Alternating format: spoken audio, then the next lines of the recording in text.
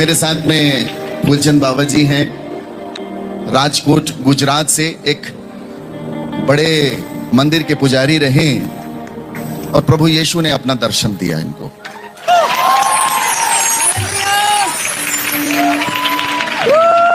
बाबा जी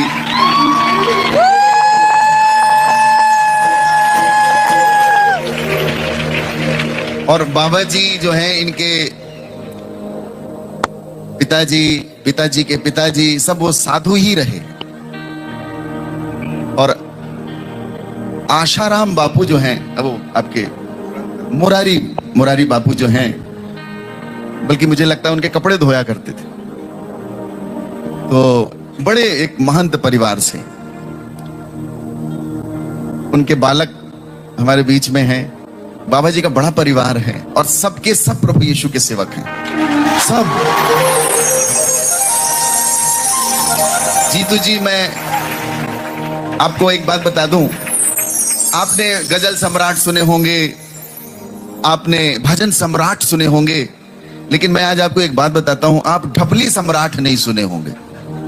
तो आपके इस संबलपुर के लिए एक बड़े गौरव का विषय है कि आपके लिए ढपली सम्राट आए हुए हैं। मेरा आपसे वायदा है, आप ढपली का जो आनंद लेने वाले हैं, रसा स्वादन करने वाले हैं, वो आपने कभी नहीं किया। मैं बुलाना चाहता हूं हमारे प्यारे और मेरे बड़े अजीज आचार्य श्री सागर जी महाराज को, ऋषिकेश शांति कुंज निकेतन आश्रम से प्रपन्नाचार्य वेदाचार्य हैं। मैं आज आपको एक बात बता दूं, वेद पुराण उपनिषद कंठस्थ हैं इनको, ऐसे नहीं कि यहां वहां, कंठस्थ हैं। और मेरा YouTube चैनल देख के प्रभु में आ गए। और मैं यीशु का धन्यवाद देता हूं कि मुझे इनकी दीक्षा करने का, बपतिस्मा देने का मुझे अवसर मिला। और ज्ञानी दक्ष, आप इनके संस्कृत का उच्चारण सुनेंगे। और मैं आज आपको बता दूं कि ये ऐसी घटना नहीं घट रही है, ये ईश्वरीय योजना है, ईश्वरीय प्लान है। आचार्य सागर जी, मैं आपका हृदय से स्वागत करता हूं। मेरे साथ में आचार्य श्री ओम शास्त्री जी, मैं आपका स्वागत करता हूं।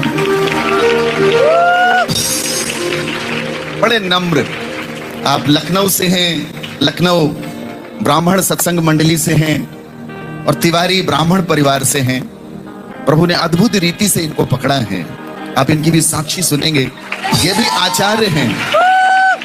आपको मैं बता दूं, जो लोग आपके सामने खड़े हैं, इन सबको हमारे गुरुदेव ने, सतगुरु यीशु ने छुआ है, पकड़ा है। मेरे प्यारे परमेश्वर के लोगों, आज की इस वीडियो में मैं आप लोगों के साथ में एक ऐसा अद्भुत वीडियो शेयर करने जा रहा हूं, जिसको आप देखकर आज सच में परमेश्वर के इतने निकट चले जाओगे।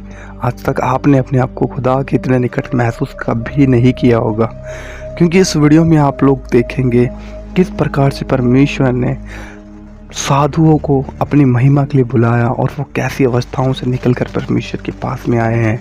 जरूर ये वीडियो आज आपके जीवन को बदलने वाला है। पूरा जरूर इस वीडियो को देखकर जाना, बिल्कुल भी इस वीडियो को स्किप मत करना। जितना हो सके इस वीडियो को ज़्यादा से ज़्यादा शेयर करने की कोशिश जरूर करना। प्रेम से बोलिए परम पिता की, बोले प्रभु यीशु महाराज की। पावन आत्मा की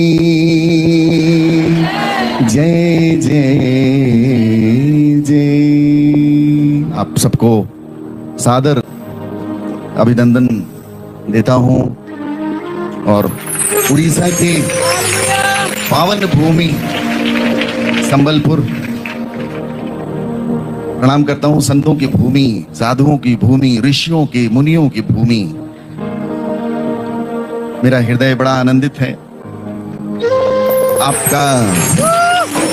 आपका प्यार खींच खींच के ले आता है। हमारे आदरणीय, आपको बताया है पास्टर सुभाष जी, आप यीशु के मुकुट का नगीना है। ये बात फिर से सुन लीजिए, यीशु के मुकुट का नगीना प्रभु ने उतारा। तो हम हृदय की गहराई से मैं आपको साधुवाद, हृदय की गहराई से सादर अभिनंदन देता हूं। मेरे साथ में फूलचंद बाबा जी हैं, राजकोट गुजरात से एक बड़े मंदिर के पुजारी रहे और प्रभु यीशु ने अपना दर्शन दिया इनको।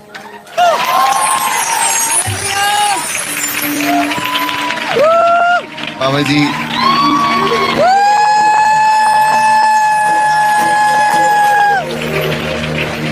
और बाबा जी जो हैं इनके पिताजी के पिताजी सब वो साधु ही रहे। और आशाराम बापू जो हैं, वो आपके मुरारी बापू जो हैं, बल्कि मुझे लगता है उनके कपड़े धोया करते थे। तो बड़े एक महंत परिवार से उनके बालक हमारे बीच में हैं। बाबा जी का बड़ा परिवार है और सबके सब प्रभु यीशु के सेवक हैं सब। जीतू जी, मैं आपको एक बात बता दूं, आपने गजल सम्राट सुने होंगे, आपने भजन सम्राट सुने होंगे, लेकिन मैं आज आपको एक बात बताता हूं, आप ढपली सम्राट नहीं सुने होंगे। तो आपके इस संबलपुर के लिए एक बड़े गौरव का विषय है कि आपके लिए ढपली सम्राट आए हुए हैं। मेरा आपसे वायदा है, आप ढपली का जो आनंद लेने वाले हैं, रसा स्वादन करने वाले हैं, वो आपने कभी नहीं किया। मैं बुलाना चाहता हूं हमारे प्यारे और मेरे बड़े अजीज आचार्य श्री सागर जी महाराज को, ऋषिकेश शांति कुंज निकेतन आश्रम से प्रपन्नाचार्य, वेदाचार्य हैं। मैं आज आपको एक बात बता दूं, वेद पुराण उपनिषद कंठस्थ हैं इनको, ऐसे नहीं कि यहां वहां, कंठस्थ हैं। और मेरा YouTube चैनल देख के प्रभु में आ गए। और मैं यीशु का धन्यवाद देता हूं कि मुझे इनकी दीक्षा करने का, बपतिस्मा देने का मुझे अवसर मिला। और ज्ञानी दक्ष, आप इनके संस्कृत का उच्चारण सुनेंगे। और मैं आज आपको बता दूं कि ये ऐसी घटना नहीं घट रही है, ये ईश्वरीय योजना है, ईश्वरीय प्लान है। आचार्य सागर जी, मैं आपका हृदय से स्वागत करता हूं। मेरे साथ में आचार्य श्री ओम शास्त्री जी, मैं आपका स्वागत करता हूं। बड़े नम्र, आप लखनऊ से हैं, लखनऊ ब्राह्मण सत्संग मंडली से हैं और तिवारी ब्राह्मण परिवार से हैं। प्रभु ने अद्भुत रीति से इनको पकड़ा है, आप इनकी भी साक्षी सुनेंगे। ये भी आचार्य हैं। आपको मैं बता दूं, जो लोग आपके सामने खड़े हैं, इन सबको हमारे गुरुदेव ने, सतगुरु यीशु ने छुआ है, पकड़ा है।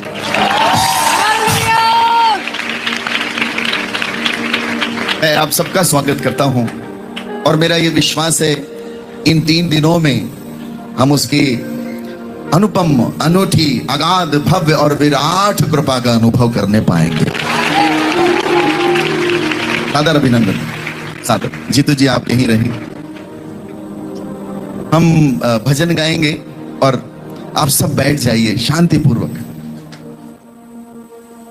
अच्छा, अब एक छोटा सा एक्सरसाइज कर लें। अच्छा, अनुलोम विलोम नहीं, कपाल भाती, भस्त्रिका प्राणायाम ऐसे तो नहीं कराएंगे, लेकिन मैं आपको कुछ कराना चाहता हूं। रेडी? एक काम करिए, नींबू किसने किसने खाया, हाथ उठाए। नींबू खाते सभी लोग ना? तो अपना दाहिना हाथ ऐसे करिए, ऐसे करिए, ऐसे ऊपर नहीं ले जाना, ऐसे जैसे कोई चीज रखते हैं हाथ में। हाँ, बहुत सुंदर। अब आप कल्पना कीजिए कि हाथ में नींबू है। हेलो, हाथ में नींबू है आपके, कल्पना कर लीजिए, सोच लीजिए एक पल के लिए, नींबू है हाथ में। कुछ भारी सा लग रहा है, छोटा सा है, आ गया, हाथ में आ गया ना। हाँ। अब एक काम करिए, दूसरा हाथ उठाइए, उसमें चाकू है आपके, दूसरे हाथ में चाकू, और उसको नींबू को काट दीजिए। काटो काटो, लिटरल काटो। अजी कट गया, कटा कि नहीं? हाँ, अब एक नींबू का टुकड़ा उठाओ, ऊपर करो, ऐसे ऊपर, और मुंह खोलिए, आंख बंद करो, आंख बंद करो, आंख सब आंख बंद, और निचोड़ो उसको, निचोड़ो, निचोड़िए जोर से, एकदम। हाँ जी, मुंह में पानी आया, आया कि नहीं आया? नहीं दिखने वाले नींबू से जब पानी आ सकता है, तो दिखने वाले प्रभु के वचन से क्या क्या नहीं आ सकता।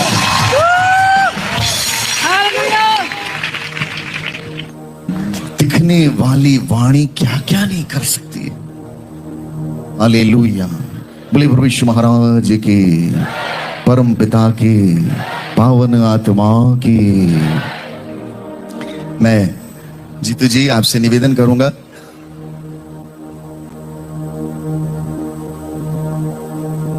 हम भजन गाएंगे, उसके बाद आचार्य सागर जी, हमारे वेदाचार्य, उनकी साक्षी सुनेंगे। Hallelujah, hallelujah, thank you Jesus.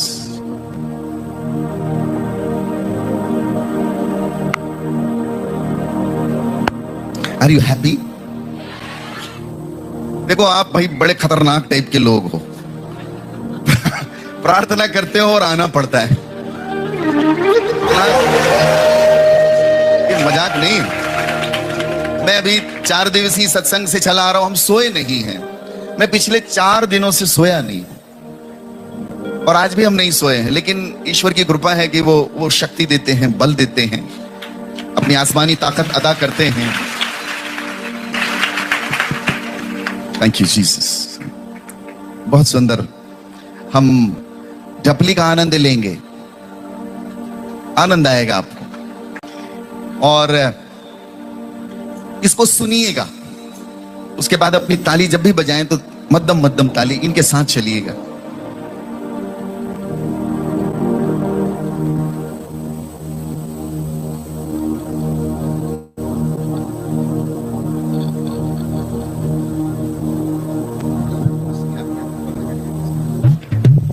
Hallelujah, बोलो प्रभु यीशु मसीह की। मैं परमेश्वर का धन्यवाद देता हूं इस सुंदर मौके के लिए कि ये मौका मुझे मिला कि मैं आपके बीच उस जीवते परमेश्वर की आराधना कर सकूं, उसके नाम को ऊंचा उठा सकूं, और मुझे बड़ा आनंद हो रहा है। हालेलुया। जब मैं यहां आया और जब मैंने देखा ये तंबू, तो मुझे एक तंबू की याद आई कि परमेश्वर ने मूसा से कहा कि मूसा तू एक तंबू बना, और उस तंबू में मैं तुझसे बातें करूंगा, मैं तुझसे मुलाकात करूंगा। हालेलुया। और वो परमेश्वर आज इस तंबू में मौजूद है। हालेलुया। ये जो डफ आप देख रहे हैं, ये डफ मैं मेरे लिए बजाया करता था, अपनी मौसों के लिए बजाया करता था, अपने काम के लिए बजाया करता था। पर एक रोज मेरी मुलाकात यीशु मसीह से हुई। मैंने उसके बड़े अद्भुत हाथ को देखा, और मैंने उस परमेश्वर से कहा, परमेश्वर अब ये डफ बजेगी तो तेरी आराधना करने के लिए बजेगी, ये डफ बजेगी तेरी महिमा के लिए बजेगी। और आज मेरी दुआ है कि मैं उस परमेश्वर का धन्यवाद और स्तुति करने के लिए आपके बीच आया हूं। आइए उस परमेश्वर की आराधना करेंगे।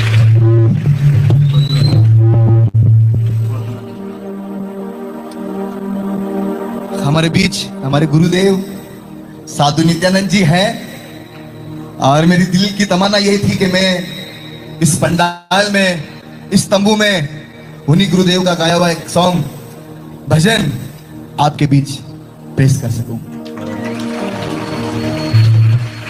दे दे कृपा कर स्वामी, यीशु राजा अंतर्यामी।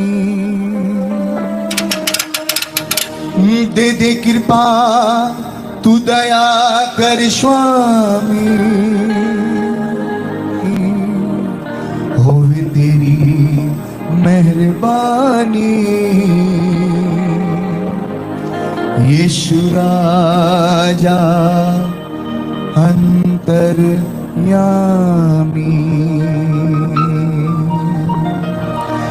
दे दे कृपा तू दया कर स्वामी, यीशु राजा अंतर्यामी।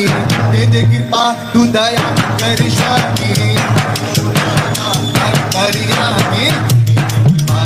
दया कर स्वामी, यीशु राजा अंतर्यामी।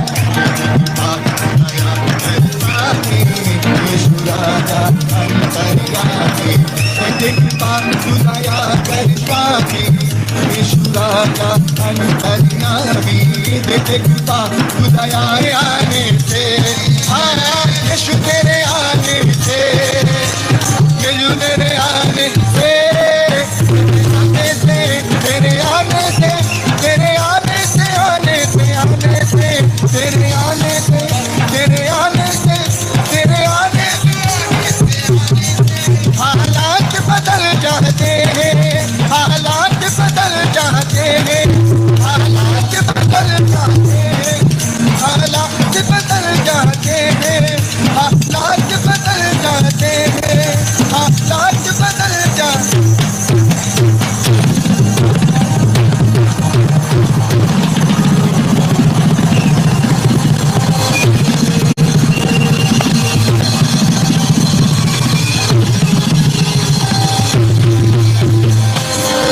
यीशु तेरे आने से, हालेलुया।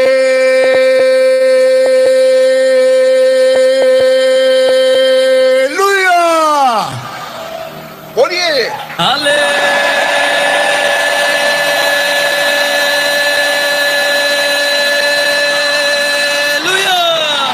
मैं आपसे एक बात करना चाहता हूं कि हमारा जीवन बचाने के लिए स्वर्ग छोड़ के हमारा परमेश्वर जमीन पे आ गया है, तो हम क्या उनके पास आवाज भी पहुंचा सकते हैं?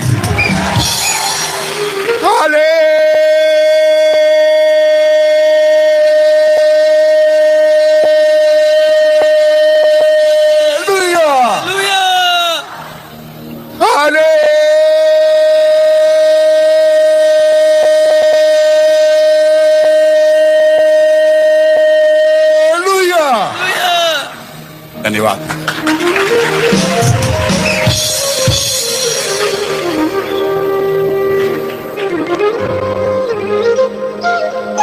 प्रेम से बोलिए प्रभु यीशु महाराज की। सब खट मेरा प्रीतम, सूनी सेज न खोए, बलिहारी में घट की। जिम जा घट पर घट होए। वो तो सब जगह है, लेकिन वो घट हर घट में है, लेकिन वो घट जहां वो प्रगट हो गया है, धन्य है वो घट। मैं आप सबसे निवेदन करूंगा, शांतिपूर्वक विराज जाएं अपने स्थान पर।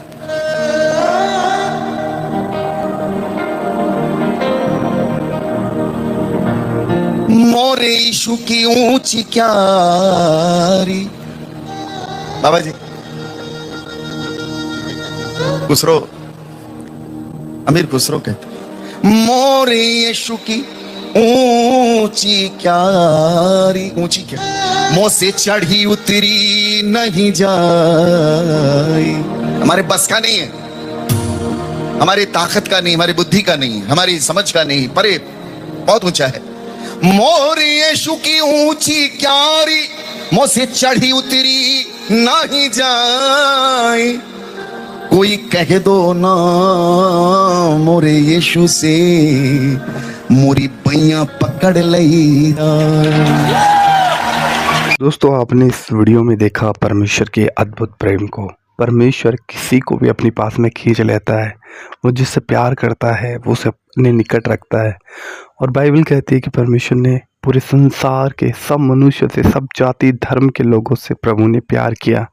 परमेश्वर की नज़र में ना कोई छोटा है ना कोई बड़ा है। परमेश्वर सबको अपनी संतान मानता है, सबसे प्यार करता है और सबके लिए उसने अपना बलिदान दिया। बस फ़र्क है तो हम उसको मानते हैं या नहीं मानते हैं, हम इस बात पे विश्वास करते हैं या नहीं करते हैं कि उसने हमारे लिए जो बलिदान दिया वो मेरे लिए था।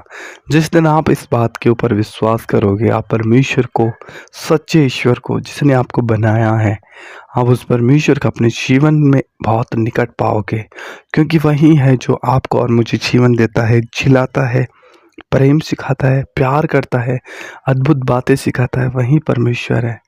क्योंकि इस संसार के अंदर कोई धर्म के नाम से लड़ रहा है, कोई जात के नाम से लड़ रहा है, कोई पैसे के लिए लड़ रहा है, कोई इज्जत के लिए लड़ रहा है, कोई शोहरत के लिए लड़ रहा है, लेकिन प्रभु यीशु मसीह ने आपकी आत्मा के लिए शैतान से लड़कर अपने आप को क्रूस के ऊपर दिया, ताकि उसके बलिदान के द्वारा, आप उसके लहू के द्वारा मोल लिए गए हैं। और आज आप जब उसके ऊपर विश्वास करते हैं तो आज आप परमेश्वर के उस अद्भुत प्रेम को अपने जीवन में देख पाते हैं। इसलिए संसार और संसार की सब वस्तुएं नष्ट हो जाएंगी, लेकिन अगर आप प्रभु यीशु मसीह के पास रहे तो सच्चा और जीवता परमेश्वर वो आपको कभी नहीं छोड़ेगा, वो आपको कभी नहीं त्यागेगा। वो आपसे प्यार करता है मेरे भाई बहनों। बाइबल कहती है कि वो आपको बुला रहा है, आप उसकी ओर फिरो। प्रभु यीशु मसीह संसार में किसी का धर्म और जात बदलने के लिए नहीं आया। धर्म और जात क्या ही है, जब हम सच्चे ईश्वर के सामने खड़े होंगे तब हमें वहाँ पर कोई हमारे धर्म को नहीं पूछेगा, कोई हमारी जात को नहीं पूछेगा। क्योंकि आप और मैं इस बात पे जरूर विश्वास करते हैं कि किस धरती पर आकाश को बनाने वाला एक परमेश्वर है, एक है। लेकिन वो है कौन, कभी हमने इस बात को समझने की कोशिश नहीं की। और जब आप इस बात को समझ लेते हैं, आप उस ईश्वर को, उस परमेश्वर को जान लेते हैं जिसने आपको बनाया, संसार को, इस सृष्टि को बनाया, और वो केवल प्रभु यीशु मसीह है। यीशु ने कहा, मार्ग, सत्य और जीवन मैं हूँ, बिना मेरे तुम पिता के पास में नहीं जा सकते। अगर आपको सच्चा ईश्वर चाहिए, आप यीशु मसीह के पास आएँ। बाइबल कहती है, परख कर देखो यहोवा कैसा भला परमेश्वर है। उसने आपके लिए वो किया है जो कोई मनुष्य नहीं कर सकता, जो कोई और नहीं कर सकता। वो आपके लिए मारा गया, गाड़ा गया, मुर्दों से तीसरे दिन जी उठा। आज भी वो जीवित है और वो आपसे प्यार करता है। वो आपको हर दिन अपने निकट चाहता है, बुलाता है कि आप उसकी ओर फिरें, वो आपके पापों को क्षमा करे और आपके लिए एक अनंत जीवन जो उसने तैयार कर रखा है वो आपको दे। जरूर इस वीडियो में आप ज़्यादा से ज़्यादा अपनी राय को लिखिएगा दोस्तों, और इस वीडियो को ज़्यादा से ज़्यादा शेयर जरूर कीजिएगा। प्रभु आपको बहुत आशीष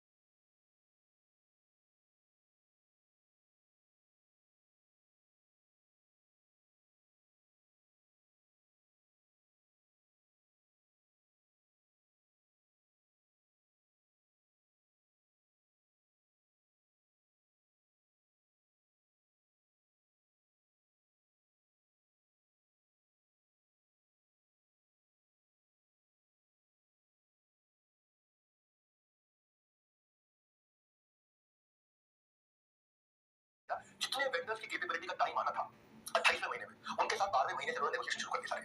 जितने टूल्स आने थे उनको जितना टाइम लगना था, ये फैक्ट्री चालू होने से 4 महीने पहले सारे टूल्स बता दिए।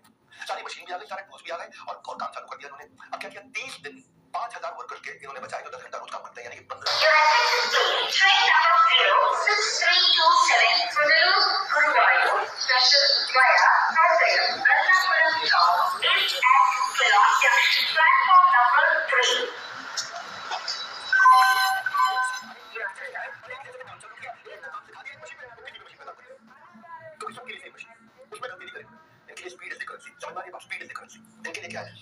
टाइम की कॉस्ट बहुत ज्यादा कॉस्ट है, पैसे की कोई कॉस्ट नहीं है।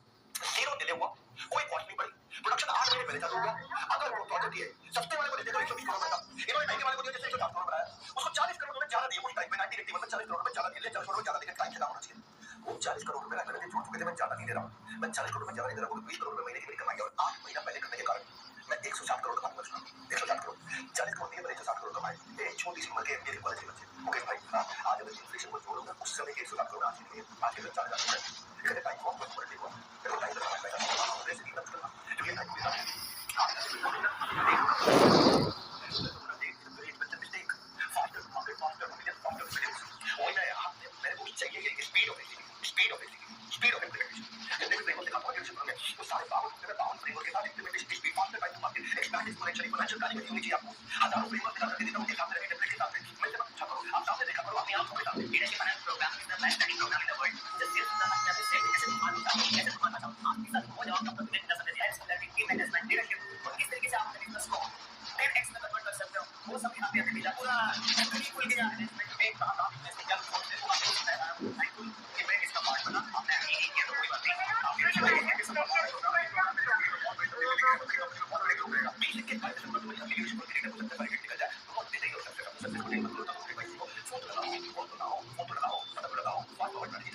Shifting to right focus is my focus.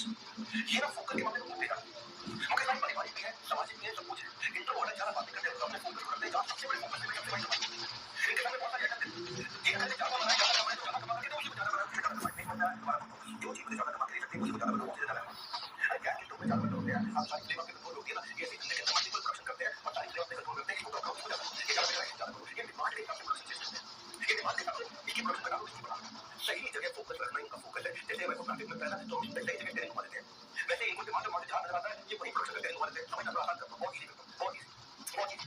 बाजार में कपड़े बनते हैं पॉलिस्टर फैब्रिक से, पॉलिस्टर फैब्रिक बनाना शुरू किया और पीछे जाओ, पॉलिस्टर फैब्रिक कहां बनेगा, पॉलिस्टर गैप से। उसका अरेंजमेंट किया, वो कहां से आता है, वो आता है पीटीए से, उसका अरेंजमेंट किया, वो सब पीछे आते हैं पेट्रोकेमिकल से, और पेट्रोकेमिकल कहां से निकलेगा, ऑयल की रिफाइनरी से निकलेगा, ऑयल की रिफाइनरी किसकी होगी, ऑयल की होगी, तो ऑयल चाहिए, ये पूरा सीक्वेंस है धंधे का। लेकिन धंधे के सीक्वेंस में क्या करते हैं, ये मैक्सिमाइज करते हैं प्रॉफिट को, अपने मार्जिन की ट्रेड के इधर है, मार्जिन प्रोड्यूस नॉट पे मोर। ये मुझे नहीं लगता। जब भी बात बिजनेस की आती है दो शब्द सुनते हो, व्यापारी और सीईओ। व्यापारी क्या होता है, सीईओ क्या होता है, अगले 1 मिनट में समझ लो। ऐसा व्यापारी वो जीव होता है जो कि सुबह शाम दिन रात बिजी रहता है, चाहे ऑफिस हो, दुकान हो, फैक्ट्री हो, उसका रूटीन है रोज सुबह जाना, सुबह से शाम तक वहाँ पे बैठे रहे। वहाँ पे सीईओ की जिंदगी होती है जिसके पास सुबह से लेकर शाम तक नियमित रूप से कोई काम नहीं होता। वो लेकिन ऑयल रिफाइनरी 99 में ज्यादा शुरू हुई ना, शुरू में बाकी सब रिफाइनरी की तरह ये petrol diesel petrol diesel crude oil आया, पेट्रोल डीजल क्रूड ऑयल आया, पेट्रोल डीजल जहां रिफाइनरी का रिफाइनरी मुकेश ने सोचा मैं पेट्रोल डीजल के अलावा और जानने लगा तो कॉम्प्लेक्सिटी इंडेक्स के अंदर दुनिया का सबसे बड़ा अवार्ड मिला। मतलब था तो बहुत ही complex complexity index. Complexity index मतलब क्या है, इस समय में मल्टीपल काम एक ही रॉ मटेरियल से काम करते हैं, एक ही समय में मल्टीपल आइटम एक रॉ मटेरियल से बनाते हैं। ये वो प्रोसेस है जिससे आप लो क्वालिटी तेल को, यानी कच्चे घटिया गंदे लो क्वालिटी तेल को हाई क्वालिटी डाइवर्स तरीके की आइटम में कन्वर्ट करते हैं। समझ गए बात? नहीं आया समझ? दोबारा सुनो, एक लो क्वालिटी का समुद्र से निकाला हुआ तेल है, उसको मैं रिफाइन करके उससे अलग अलग आइटम, वो एक ही रॉ मटेरियल है। अब मैंने जाके 5 काम किए, टाइप ऑफ इंडिया देख लो, दिमाग में टाइप ऑफ इंडिया में मैं चीज कर ज्यादा प्रोसेसिंग में अलग अलग किस चीज से बना, मैं उसी क्रूड ऑयल से गैसोलीन बनाऊंगा जो व्हीकल के इंजन में जाता होगा, उसी क्रूड ऑयल से नाश्ता बनाऊंगा जैसे साबुन बनेगा, प्लास्टिक बनेगा, उसी क्रूड ऑयल से एलपीजी बनाऊंगा जैसे कुकिंग में यूज में काम आएगा। मैं क्रूड ऑयल वही है, लेकिन उसी से मैं हाइड्रोजन भी बनाऊंगा जैसे फर्टिलाइजर में काम आएगा, उसी से मैं केरोसिन भी बनाऊंगा जो गैसोलीन में काम आएगा। दूसरी चीज ये पूरा अलग अलग आइटम बनाऊंगा। अब उसके बाद क्या करूंगा, दूसरी चीज मैं हाई क्वालिटी फ्यूल उसी चीज में से निकाल करके कैसे करूंगा, उसको डीसॉल्टिंग करूंगा, हाइड्रोजन करूंगा। क्या करूंगा, यानी उसको बदल के निकालूंगा। जब इम्प्योरिटी है तो नाइट्रोजन को निकाल दो, निकाल दो, यानी बॉडी में जाओ, मैं करके करूंगा। तीसरी चीज क्या करूंगे, ये सब करते हुए कुछ वेस्ट आता है, कुछ गैसेस पैदा होती है। ये सब होते हुए जो गैसेस पैदा होती है वो वेस्ट है, वो अपने काम नहीं आती। इन्होंने कहा सारी गैस हमारे खोल लो, उससे उस गैस से बायोफ्यूल बनाएंगे। तो ये एक और नया रेवेन्यू स्ट्रीम। आप वहीं पे बैठे हो, आप उसी रिफाइनरी में उसी से नई रेवेन्यू स्ट्रीम बना रहे हैं। दिमाग बहुत तेज चलाते हैं, कॉम्प्लेक्सिटी इंडेक्स इसको बोलते हैं। अब क्या करूंगा, चौथी चीज मैं प्रोडक्ट डाइवर्सिफिकेशन करूंगा। उसी रॉ मटेरियल से मैं सारे वाइड वैरायटी ऑफ प्रोडक्ट को जो ज्यादा कमाई करें उसमें करूंगा। पांचवी चीज ये करूंगा कैसे, तो उन्होंने क्या किया, पूरे के पूरे रिफाइनरी को 8 घंटे 3 घंटों की शिफ्ट में डाल दिया। ए शिफ्ट, बी शिफ्ट, सी शिफ्ट। एक शिफ्ट हो रही है पहले 8 घंटा, फिर दूसरे 8 घंटा, फिर तीसरे 8 घंटा, 24 घंटे प्लांट चलता है। 24 घंटे में अलग अलग यूनिट अलग अलग टाइम पे अलग अलग जगह बन रहे हैं। आपको इजी करता हूं, मेरी बात सुनो। कभी बेकरी में देखी होगी, बिस्किट की दुकान पे देखी है बहुत सारी, वहां पे सब कुछ मिलता है। क्या मिलता है वहां पे, केक मिलेगा, मफिन मिलेगा, आपको रस्क मिलेगा, पेस्ट्री मिलेगी, एनर्जी बार मिलेगी, लेकिन इन सब में डलता क्या है, इन सब में डलेगा मैदा, चीनी, दूध। अब मैदा, चीनी, दूध में अंडा ऐड कर दो तो केक बन जाएगा। मैदा, चीनी, दूध में उसको 2 गुना ज्यादा बिस्किट की तरह बिस्किट डो को कम टेंपरेचर पे ज्यादा देर तक बेक कर दो तो बिस्किट बन जाएगा। उसी के अंदर उसी मैदा, चीनी, दूध के अंदर नट्स ऐड कर दो, फ्रूट ऐड कर दो, सीड ऐड कर दो तो एनर्जी बार बन जाएगा। मैदा, चीनी, दूध तो भैया ना, उससे मैं क्या कर सकता हूं, उसको बोलते हैं कॉम्प्लेक्सिटी इंडेक्स। कॉम्प्लेक्सिटी इंडेक्स को और इजी करता हूं मैं। टाइकून ऑफ इंडिया में सबसे इजी करके समझाता हूं, सबसे कॉम्प्लेक्स को। आप समझ लो, आपके घर में मुकेश भाई के घर में 2 किलो दूध हो जाता है। अब मम्मी डिमांड के हिसाब से 2 किलो दूध का इस्तेमाल करेंगी, ज्यादा रिश्तेदार आ गए तो चाय की डिमांड और इस्तेमाल कर देंगे। ऐसे ही तेल के धंधे में जिसकी बाजार में डिमांड ज्यादा है, जिससे मुझे कमाई ज्यादा है, वो ज्यादा बना देंगे, फिर दूध को इस्तेमाल कर देंगे। किसी ने उसकी दही बना के डिमांड दे दी, किसी ने घी बना के, बट ज्यादा ठंड लग रही है तो गर्म खीर बना देंगे। अब खीर की डिमांड है, मतलब डिमांड के हिसाब से अपने सामान को, आपकी जैसी डिमांड वैसे सामान को मोल्ड करके प्रोडक्ट को वो बना के दो जिसमें ज्यादा मजा आएगा। अब ये वाला तेल महंगा बिकेगा, मुकेश ने एक बड़ी रॉ मटेरियल से मल्टीपल प्रोडक्ट बना लिया। इनिशियल कॉस्ट तो थोड़ी सी बड़ी, वो प्लांट को अपग्रेड करने में, लेकिन बाद में इकोनॉमी में उसकी स्कोप आ गया, तो आउटपुट बहुत बढ़िया। मुकेश ने क्या किया, जामनगर रिफाइनरी कॉम्प्लेक्सिटी को, जो कि जिसको बोला ना आपको कॉम्प्लेक्सिटी इंडेक्स में पूरी दुनिया में हाईएस्ट है 21.1, लेकिन आपको 21.1 में क्या मैं बताता हूं। भारत पेट्रोलियम का नाम सुना ना, अपने विदेशी कंपनी भारत पेट्रोलियम, उसका है 10, हिंदुस्तान पेट्रोलियम सुना आपने, उसका 12 है, इंडियन ऑयल सुना आपने, उसका 12.2 है, ऐसा नाम सुना आपने, उसका 11.8 है। मुकेश भाई कितना 21.1, हाईएस्ट मार्जिन है। उससे क्या बोल रिफाइनरी है, मिनिमम अपग्रेड किया है। ये लोग कॉम्प्लेक्सिटी इंडेक्स से पैसा लगा ही चाहते हैं कि एक ही आइटम में ज्यादा कैसे कमाएं। ये लोग ऐसे 5-10 लाख करोड़ कैसे कमाते हैं, ये डेप्थ देखो आपको। मुकेश एनालाइज करते थे मार्केट को, स्विच कर जाते थे आउटपुट में, shifting the right focus and जिस चीज की बाजार में डिमांड ज्यादा आएगी। अगर गैसोलीन में ज्यादा मार्जिन आता है, चलो भाई तेल गैसोलीन बनाओ, बहुत तेल निकाल के ला समुद्र से, तो गैसोलीन बनाओ। बोले केरोसिन की डिमांड आ रही है, उसी में तेल है तो केरोसिन बनाओ। और कुछ डिमांड ज्यादा आ रही है, प्लास्टिक की डिमांड आ रही है और उसकी आइटम बनाओ। जिसकी डिमांड आ रही है तो उन्होंने क्या किया, गैसोलीन चालू कर दिया, डीजल चालू कर दिया, जेट फ्यूल चालू कर दिया, एलपीजी चालू कर दिया, नाफ्था चालू कर दिया, केरोसिन चालू कर दिया, पेट्रोकेमिकल कर दिया, इथेनॉल कर दिया, एथिलाइन कर दिया, लुब्रिकेटिंग ऑयल बना दिया, एग्रीकल्चर केमिकल बना दिया 2023 के अंदर। ये दोनों है, एक एसआर ऑयल और एक इनका Jamnagar refinery. SR oil $8 billion और ये जामनगर $35 बिलियन। तो पहले लगता है इसी, क्योंकि ये क्या करते हैं, हाई मार्जिन आइटम को ज्यादा बना देते हैं। सिंपल है, ताकि आपका जामनगर रिफाइनरी ये सबसे बड़ी सबसे प्रॉफिटेबल हो। ये जितना पैसा कमाते हैं मुकेश भाई, उसका सारे धंधों में 50% पैसा केवल जामनगर रिफाइनरी जा रहा है। प्रकृति ने सबसे खूबसूरत तोहफा जो हम ह्यूमंस को दिया वो है हमारा माइंड। दोस्तों, इसी माइंड से हमने तो मेरे जामनगर में 40 साल बचपन के अंदर मैंने देख रहे बात जो जामनगर रिफाइनरी 50% करनी चाहिए और 60% आउटपुट का एक्सपोर्ट होता है। जब तक भाई 25% का एक्सपोर्ट, क्योंकि shifting the right focus is my focus. मैं वहां फोकस करूंगा जहां मैं सबसे ज्यादा कमाई करूं। स्ट्रैटेजी नंबर 4, इसका नाम है मुकेश लेपर्ड मान। लेपर्ड जानते हो क्या है, तेंदुआ। तेंदुआ के बारे में काम की खास बात होती है तेंदुए की, लेपर्ड की। वो राइट टाइम का वेट करेगा, तब अटैक करेगा। पता नहीं चलेगा शायद तभी पंप धीरे जैसे ही शिकार आया हम एकदम वो बहुत अच्छा है।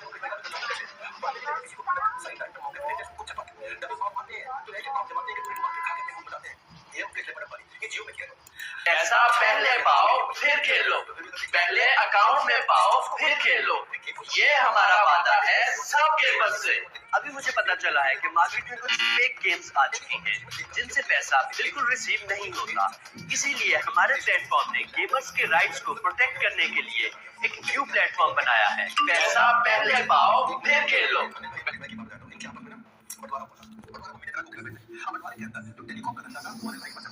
अच्छा, ये जानते थे कि अगले 50 साल तक मोबाइल इंटरनेट ही दुनिया को कंट्रोल करने वाला है, लेकिन वहां लिखा हुआ नॉन कम्पीट जो धंधा भाई करेगा मुकेश भाई नहीं कर सकते, जो मुकेश भाई करेंगे वो भाई नहीं कर सकते। चिट्ठी बना रखी पूरी, अब चिट्ठी बना रहे क्या, लेकिन मुकेश लेपर्ड अंबानी एक चीज साथ नोटिस कर रहे थे। वो क्या कह रहे थे, मेरे को अगर अनिल से लेनी है कंपनी तो देखना पड़ेगा अनिल कहां फंसा हुआ है। वो जहां फंसा उसको वहां से निकालता हूं, तब तक वैसे लेकिन पावर प्लांट था उनका, रिलायंस पावर, उसमें परेशानी में चल रहे थे, क्योंकि कैश क्रंच चल रहा था उनका और उनको एलपीजी चाहिए थी। और अगर स्टेडी सप्लाई एलपीजी की नहीं हुई, लिक्विफाइड पेट्रोलियम गैस, उनके अपने पावर प्लांट के लिए। अब मानो मैं कि भाई हमारे पास पैसे नहीं है, इन्होंने क्या कह दिया, कोई बात नहीं भाई मेरा मैं देता हूं, ये एलपीजी का जुगाड़ करके दे दिया हमको, बताओ आप घर की बात एकदम करके दे दूंगा। बोले आपने इतनी सहायता करी भैया, थैंक यू वेरी मच। नहीं थैंक यू क्या बात है, तो मैंने छोटी सहायता करी। बोले क्या, कल को मैं टेलीकॉम में आना चाहूं तो देख लियो वो कॉन्ट्रैक्ट में उससे कोटा करके ठीक होता। आप समझते हो जैसे कभी बंदा बनते ना क्या बंदर बोलते बंदर, आप अगर 1 लाख रुपए का फोन बंदर लेकर पेट में चढ़ जाता है, उसके बाद क्या करते हो, उसको 10 रुपए की फ्रूटी देते हैं, वो बदले में आपको फोन दे देता है। 10 रुपए की फ्रूटी के चक्कर में बंदर से 1 लाख रुपए का फोन ले लेते हैं। मुकेश भाई ने भी ये किया, 10 रुपए की फ्रूटी पिला के पूरा हेलीकॉप्टर उठा लिया और 2010 में ले लिया था। लेकिन तेंदुआ लेपर्ड आराम आराम से कुछ नहीं करना। 6 साल पहले 2016 में आए थे, 6 साल तक आवाज नहीं करी। क्यों नहीं करी मालूम है आपको, टेलीकॉम कैपिटल इंटेंसिव था, सब 3G पे पैसा लगाए जा रहे थे। सब 3G पे 2008 में पैसा लगाया, 2009 में लगाया, 2010 में लगाया, idea, Vodafone, Airtel, Aircel, Tata Docomo, unicorn सब लगा रहे। मुकेश भाई जानते थे कि यूएस और यूरोप 4G शुरू कर चुका है, इंडिया में आया नहीं है। बस यूएस यूरोप कर चुका तो फ्यूचर तो 4G में है। ये चुपचाप रह गए। अब 6 चीजें देखी उन्होंने, 4G में घुसना था और तैयारी ऐसी करके आ रहे थे कि पूरा बाजार खा था, लास्ट में डब्बा करूंगा। आपको क्या लग रहा है 4G में पूरा बाजार खा जाना मजाक था क्या? ये हलवा था। 6 काम किए थे। फिर बोलो डेप्थ ये जियो कैसे आया, ये क्यों लेपर्ड है? मुकेश ने क्या किया? मुकेश भाई ने 2010 में इन्फोटेल ब्रॉडबैंड कंपनी, उसके पास वायरलेस स्पेक्ट्रम का लाइसेंस था। ये क्या किया? मुझे लगा मैंने उसको बुलाया, मैं चाय में आओ तो उसके खा चाय पियो चाय पियो और ठीक आंटी बाजी कर बढ़िया। चलो स्पेक्ट्रम है तुम्हारा लाइसेंस, इस्तेमाल तो करने दे दो। 12,000 करोड़ उस समय 2010 में खरीदा चुका है। अनिल से करा दिया, अनिल मैंने बुक कर दिया। ये 12,000 करोड़ में लेके बैठे, जिसके बाद में 2016 में वैल्यू थी 36,000 पर टाइम से 12,000 करोड़ ले गया और चुपचाप बैठे 24,000 करोड़ वैल्यू बचा दी। नंबर 2, जब इनको 2016 में लॉन्च करना था ना तो टावर खड़ा करने के लिए मोबाइल टावर 30,000 करते हैं। ये तो यंगस्टर्स के कायल, इनको भारत के यूथ पे अलग ही भरोसा, अलग ये यूथ के साथ बैठ के बहुत समझते हैं। इन्होंने क्या आएगी मुंबई की लाइटिंग बना दी। मैं काम करूं, मुझे 30 लाख का टावर को इनोवेशन करो, 10 लाख बना देता हूं। टावर में लगता स्टील को पैसे दे रहे हो। मैंने क्या किया, कम स्टील का टावर बनाया, प्री फैब्रिकेटेड, बहुत हल्के वजन का, इतना हल्का कि सर बीच में इतना क्यों लग जाए, इतना हल्का। 8,000 टावर खाली मुंबई में लगा दिया। जहां ना पूरा मुंबई में इसको आइडिया एयरटेल बीएसएनएल वोडाफोन सबके मिला के 3-4 हजार टावर थे। ये जियो भैया शुरुआत कैसे किया, 8,000 के अकेले मुंबई में लगा दिया। उसी में करोड़ रुपए बचा लिए, को 30 लाख का टावर 10 लाख बनाए। अच्छा बाद में गए तीसरे पॉइंट में, अब मैं इतना टावर कैसे लगाते हो, ऐसा करते पार्टनरशिप करते अपने कॉम्पिटिटर से। वीओ नेटवर्क के पास गए, उसके बाद 42,000 टावर थे, बोले किराया दूंगा मैं टावर यूज करने दे। एटीसी इंडिया के पास 11,000 टावर थे, किराया में टावर यूज करते। और सुनील भारती मित्तल एयरटेल, उनके अपने 82,000 टावर थे, उनको भी किराया मिल गया। अपने कॉम्पिटिशन के सामान को किराया मिल गया, उसी को भेज दिया। और क्या किया, चौथी चीज 60,000 किलोमीटर की ऑप्टिक फाइबर केबल टाइम से पहले डाल दी। तो जब मैं 2016 में एंट्री मारूंगा ना, पूरा देश काम जाएगा। अब क्या होगा, 40-50% उन्होंने इंफ्रास्ट्रक्चर को बचा लिया। 3G में एंटर नहीं किया, एंटर किया सीधा 4G में। अब क्या किया, तो 4G में एंटर किया तो बाकी कैसे गिरे। इंडिया में मोटा मोटी 22-25 सर्कल होते हैं बिजली टेलीकॉम कंपनी के। हर एक सर्कल में डिवाइड किया जाता है पूरे भारत को, टेलीकॉम अलग-अलग सर्कल। अब हर सर्कल में आपको सेल्स करता है, हर जगह मुझे 500 आदमी एक सेल्स करता है, 500 आदमी होगा हर सर्कल में चाहिए। मुकेश ने बड़ा मानी, ये क्या करे, ये सारे circle head Airtel Vodafone idea के, उनको डबल तनख्वाह मिलेगा या उनको 150% तनख्वाह बढ़ा के, यार मिनिमम 60% तनख्वाह बढ़ा के उसे उठा है। और यहाँ नहीं किया। अब क्या किया, 4G तो किसी के पास है नहीं, 4G किसी को इंडिया में नहीं रखा, 4G बाकी ले पहले एंट्री मारे। तो क्या करें, तो उन्होंने क्या किया, डॉयचे टेलीकॉम के एग्जीक्यूटिव रेनर अपना चीफ ऑफ प्रोडक्ट इनोवेशन खा करके आया टी-मोबाइल से। इसके बाद क्या किया, नंदन ब्लैकऑस उसको एप्पल से उठा के ले आए कि तू मेरे प्लेटफॉर्म पर इंजीनियरिंग करेगा। नहीं 3G के लिए टॉप लीडरशिप इंडिया में नहीं। फिर क्या किया, मजाक थोड़ी उठाई, कैरोलिन उसको उठा के ले आया टी-मोबाइल से, चीफ ऑफ ब्रांड एंड। फिर चाइनीज शुमिंग ली था एक, उसको टेलोस टेलीकॉम कनाडा से उठा के ले आए कि तू मेरे वाईफाई को रोल आउट करेगा। फिर एक निकोला, वो स्वीडन का डेटा साइंटिस्ट था, उसको उठा के ले आए। ये दुनिया भर से उन्होंने इकट्ठी करी, टॉप लीडरशिप पूरी दुनिया से इकट्ठी करी। और यहाँ पे सारे एयरटेल वोडाफोन आइडिया इन सबके आदमी को उठा के ले आते पास में। लॉन्च से पहले 2016 तक ही इनके पास 10,000 आदमी खुद थे, 30,000 आदमी पार्टनर के थे और 1 लाख आदमी वो थे जो नीचे फाइबर ऑप्टिक नेटवर्क की केबल बिछा पूरे देश के अंदर। अब आते छठी चीज, क्या किया उन्होंने, ग्रीन टेलीकॉम टावर बनाना शुरू कर दिया। ये तो इनको तो है, मतलब यूथ थोड़ा इंटेलिजेंट, उनसे नए इनोवेशन लाते हैं। और तब क्या किया उन्होंने, ग्रीन टेलीकॉम टावर लगा दिया। 1/4 हो गई बिजली की कॉस्ट। क्यों मानो बिजली की कॉस्ट, अब तुम टेलीकॉम टावर लगाओगे, टावर बिजली चलेगा, बिजली का जनरेटर लगाओगे, जनरेटर का डीजल चलेगा, सब चलेगा। जनरेटर की कॉस्ट, डीजल की कॉस्ट, आदमी आएगा भरेगा, उसको ग्रीन टेलीकॉम सूरज रोशनी देगा, मेरा टावर चलेगा। उसके लिए लिथियम आयन बैटरी के लिए इन्होंने पेरिस से पूरा जुगाड़ किया, वहां उठा के लिया। अब क्या हो गया, अब फ्यूल की कॉस्ट कम है कि 80% कम और सस्ते लग गया। सूरज की रोशनी चलेगा मेरा बढ़िया से। ये 6 तरीके से लेकर के पूरी तरह रेडी हुए। जैसे 4G इंफ्रास्ट्रक्चर रेडी हुआ, मुकेश ने बड़े मारी दे दबा के छलांग मारी और पूरा बाजार जियो ने आकर 1.5 लाख करोड़ इन्वेस्ट किया। बाकियों के 2-2 लाख करोड़ पुरानी टेक्नोलॉजी में लगे हुए। ये 1.5 लाख करोड़ नई टेक्नोलॉजी में लेकर के आ गए। अब जिसके पुराने में लगे वो नए पे आ रहा, तो 2.5 लाख करोड़ पुराने के भी गए और 1.5 लाख करोड़ नए में लगाए, तो उनका तो 4 लाख करोड़ हो गया। ये 1.5 लाख करोड़ में एंट्री मार गया। अब क्या हो गया, स्पेक्ट्रम लाइसेंस की कॉस्ट, टावर की कॉस्ट, फाइबर ऑप्टिक की कॉस्ट, इन सब की कॉस्ट इनको दोबारा लगा सबको। इसलिए ये 13 टेलीकॉम कंपनी से 3 रह गई भारत में, 13 से 3 इसलिए हुई। इनके पास सबके पास इमीडिएटली फंड नहीं था, 3G में बहुत पैसा लगा चुके थे, बस सबको मालूम है। फिर भी दोहरा देता हूं, ब्लैकबेरी कीबोर्ड सेंट्रिक डिवाइस से चेंज नहीं कर पाया, पुरानी टेक्नोलॉजी में रह गया। कोडैक उसके पास डिजिटल कैमरा था, लेकिन फिल्म कैमरा में लगा रहा अपनी टेक्नोलॉजी में। क्यों, मेरा पैसा लग चुका, खराब ना हो जाए। बीपीएल टीवी बनाया करता था, फ्लैट पैनल डिस्प्ले आ गए थे, लेकिन ये सीआरटी में मेरा पुराने वाले टीवी पैसा लगा बेकार वही सब के साथ हुआ। तेरा टेलीकॉम से 3 रह गई। हिंदुस्तान मोटर भैया तो गाड़ी फ्यूल एफिशिएंट हो रही है, लेकिन ये नहीं है एम्बेसडर में जाएंगे उसी में घूमेंगे। तो टाटा डोकोमो या अनिल अंबानी के लाइफ कम्युनिकेशन, ये करोड़ फोन बेचे भारत में। इन 10 करोड़ फोनों के अंदर मैं इंस्टाग्राम पहले ही डाल के दूंगा सबको। अच्छा, जब उधर की बात हुई तो जियो को क्या मिला, अब व्हाट्सएप अपने नोटिफिकेशन भेज के जियो का कस्टमर बढ़ाए। दोनों ने एक दूसरे का भयंकर साथ निभाया। इसने जो कर सकता था वो किया, इसने जो कर सकता था वो किया। 50,000 करोड़ 45,000 करोड़ पे आ गए, कर्जा भी निपटाना शुरू कर दिया। अब बोले बेटा तो ठीक है, मार्क भैया तो ठीक है, हमें और पैसा चाहिए। बोले किसको लगा, गूगल को पकड़ के लेके आओ। गूगल को अपना 0.8%, 7.70%, अपनी हिस्सेदारी गूगल से लिए बहुत कम है। ठीक है, सिल्वर लिंक उसको क्या 2% हिस्सेदारी 1,000 करोड़ में। सिल्वर लिंक के बारे में क्या किया, जो साउदी जो रॉयल फैमिली का साउदी का कंज्यूमर का फंड है, उसको पब्लिक इन्वेस्टमेंट फंड है, उसको दिया केवल 7%, तो छोड़ 14%, उससे क्या 12,000 करोड़ रुपए लगी। अभी बढ़ती जा रही है, बढ़ती जा रही है। ये करने के पहले ये 5 लाख करोड़ और ये उधर के बाद ये हो गए 9.25 लाख करोड़। अब 9.25 लाख करोड़ में से इनके पास केवल 67%, यानी कि 9.25 लाख करोड़ में से आज भी 6.25 लाख करोड़ के मालिक है।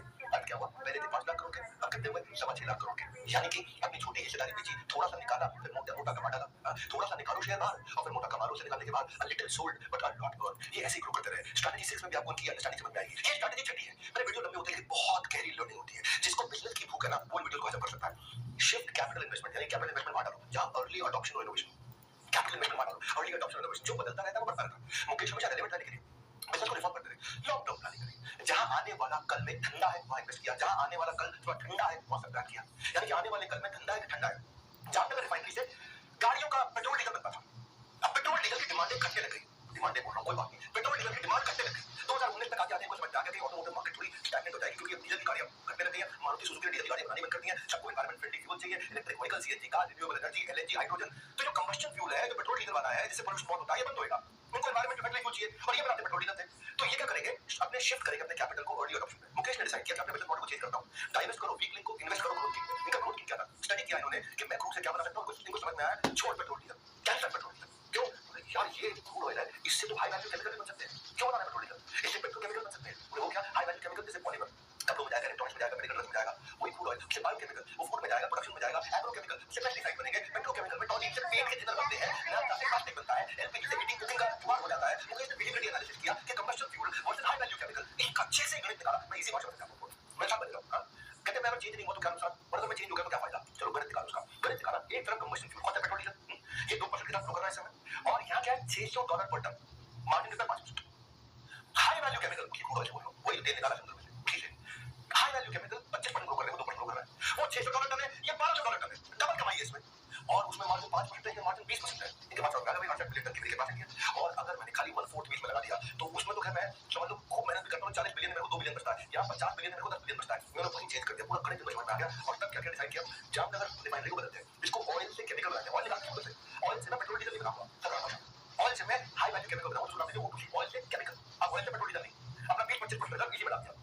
हाँ, हवाई जहाज का पेट्रोल बनाते हैं, जिसको बोलते हैं एविएशन टरबाइन फ्यूल। तो हवाई जहाज जो है ना वो सीएनजी में नहीं उड़ता, वो ईवी में नहीं उड़ता, हवाई जहाज तो भी फ्यूल उड़ेगा। तो वो बनाते रहे अपना, फिर उसको चलने दो, कुछ समस्या नहीं है। और इससे क्या किया, अब इनको पैसे चाहिए थे, $10 बिलियन इकट्ठा करना है आपसे, अपने शेयर को डाइल्यूट किए, कुछ स्टेक विदेश में दिए अपने, और इंटरनेशनल बिजनेस में जो है जहां जहां का पैसा लगा हुआ था वहां से निकाल करके लेके आए और सारा पैसा डाल दिया उन्होंने ऑयल टू केमिकल के अंदर। और केमिकल मतलब क्रूड से निकाल करके केमिकल बनाऊंगा, हाई वैल्यू केमिकल, इसमें कमाई ज्यादा है। और इसका मैं लिखी में आईपी कर देता हूं, और जैसे ही इंटेलेक्चुअल प्रॉपर्टी बनाई, एक्सक्लूसिव मैन्युफैक्चरर हुए।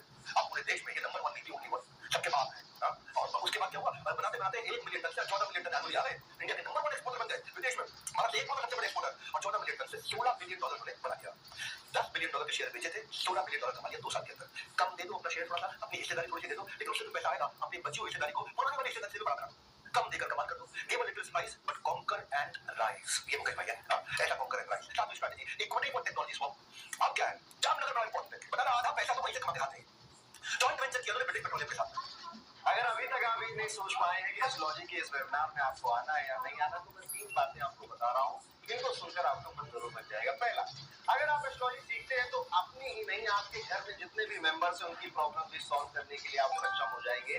दूसरा, आपके मन में जो भी कंफ्यूजन होती है ना, विदेश जाना है, बिजनेस करना है, जॉब करनी है, शादी कब होगी, किससे होगी, कैसे होगी, ये सारे डाउट आप खुद ही सॉल्व करना सीख जाएंगे। और तीसरा, अगर प्रॉब्लम चल ही रही है तो उन्हें कैसे मिनिमाइज करना है, उनकी एक्यूरेट कस्टमाइज रेमेडीज भी आप खुद ही सीख जाएंगे। अब आपके पास चॉइस है, आप चाहें तो इस सारे आंसर्स के लिए दूसरों के पास भटक सकते हैं, और आप चाहें तो इस सब्जेक्ट को एक स्किल की तरह सीख कर अपनी प्रॉब्लम सॉल्व कर सकते हैं और अपनी लाइफ की कमान अपने हाथ में रख सकते हैं। तो देर किस बात की, नीचे एक लिंक दिया हुआ है, क्लिक करिए और आइए हमारे एस्ट्रोलॉजी वेबिनार में। मिलता हूँ आपसे वेबिनार के अंदर। राधे राधे।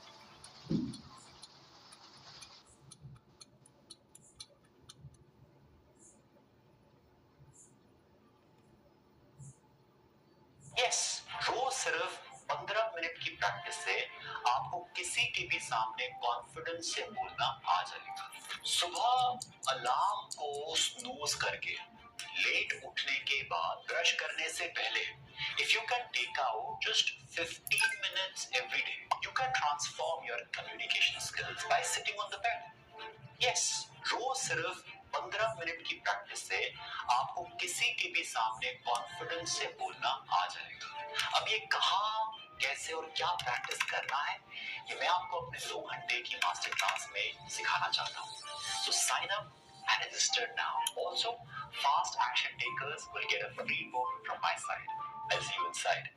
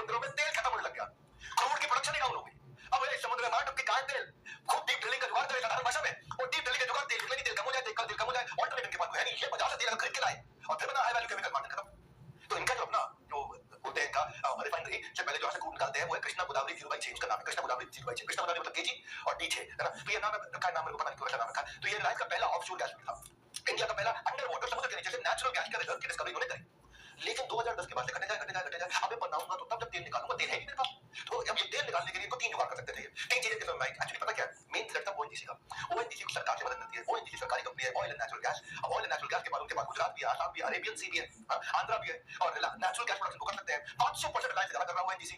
ओएनजीसी को सरकार का पूरा सपोर्ट है, टेक्नोलॉजी का सपोर्ट है और बढ़िया वाला एक्सप्लोरेशन ब्लॉक मिल जाए सरकारी कंपनी ओएनजीसी को, रिलायंस को मिले नहीं, उसको इंस्टीट्यूशन सपोर्ट मिले नहीं। हमें 3 काम कर सकते थे, या तो खूब पैसा डाले नई टेक्नोलॉजी बनाए ज्यादा देर निकालने के लिए, दूसरा या खूब पैसा डाले किसी से टेक्नोलॉजी खरीद के लिए आए, टेक्नोलॉजी ट्रांसफर एग्रीमेंट, किसी विदेशी कंपनी के पास टेक्नोलॉजी उसके लिए आए, टेक्नोलॉजी ट्रांसफर एग्रीमेंट, या फिर खूब पैसा डाले और उसके बाद कोई नया ब्लॉक खरीद ले, ज्यादा देर मिलेगा, या आप नहीं मिल रहा, या जब मैं करवा से करता हूं तो डील खत्म